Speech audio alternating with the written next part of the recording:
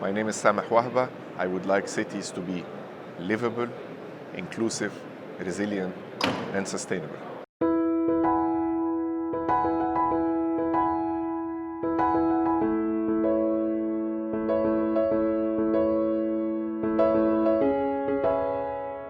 So cities face basically three main challenges. One is a challenge of inclusion, that as the city shapes, because of the distortions in land and housing markets, poor people are often shut off from being able to access affordable land and housing, and they have a trade-off of either living very far away from where jobs are, 2 to 3 hours away, so that they can access affordable housing and land, or they live close to where the jobs are, but where no land and housing is available, then they settle on flood-prone areas, on at-risk areas, on environmentally sensitive areas where their lives would be at risk. So that trade-off that poor people face causes challenges to inclusion. The second one is the resilience challenge, is that cities, because they concentrate people and assets within a context of rapid urbanization and a changing climate, cities are becoming places where there is an increased concentration and exposure to risk of assets and people. So that resilience to an increasing amount of disasters that are more severe and to a changing climate is a second challenge that cities have to deal with. The third challenge is one of competitiveness, is that cities need to be able to create job opportunities to attract investments from the private sector in order for them to be able to prosper and to create good economic opportunities for citizens. So that competitiveness and productivity challenge is a third important challenge facing cities. So urban resilience is the ability of cities to address shocks and stresses that faces them. Shocks from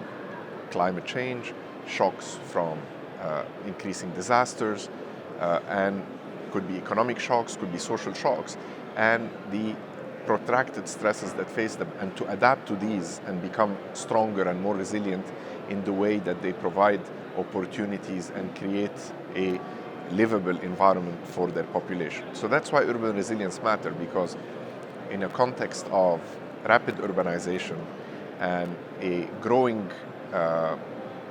in-migration in cities that is testing the ability of local governments to be able to plan and provide for services, and in a context of changing climate, it's all the more important to have the foundations of an urban resilience so that cities can adapt and become better places to live for their citizens. There are many inspired projects that we do to achieve the objectives of inclusion, resilience, and competitiveness within cities. So examples such as the Colombo Urban Resilience Program is very inspiring because it created both amenities for the population, a solution to the flooding problem, but at the same time a great asset that has improved property values around it. This ability to create the win-win type solutions is one of those big concerns that we're looking for. Similarly, there are various projects. For instance, when you look at Buenos Aires, a transformative project in the heart of the city of Buenos Aires, basically to do the upgrading and the social inclusion within Bairro 31, which is one of the iconic informal settlements that have been long neglected in the heart of the city, is an important transformative project because it improves living conditions for a large population that has been living close to the city center but shut off from economic opportunities, shut off from improved services, shut off from secure tenure and affordable housing. So projects that do such transformation at scale within a city for inclusion, for resilience, for economic development, and for livability are really important and transformative projects that we try to promote in our urban work. I would like to see a city that is inclusive, that is resilient, and that is diverse and livable. A city that invests in creating amenities and conditions for livability for its population,